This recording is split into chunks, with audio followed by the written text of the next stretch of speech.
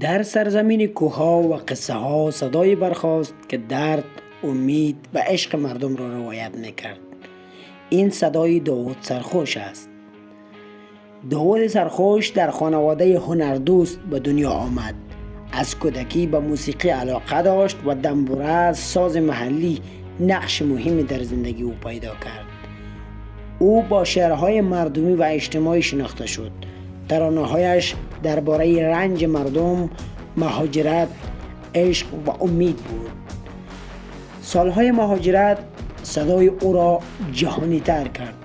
آهنگهایش میان فارسی زبانان محبوب شد و به صدای یک نسل تبدیل کردید. امروز داوود سرخوش فقط یک خواننده نیست.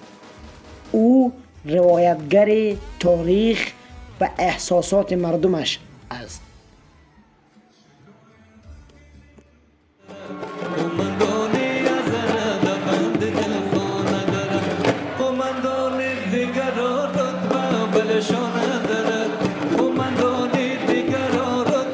بلشان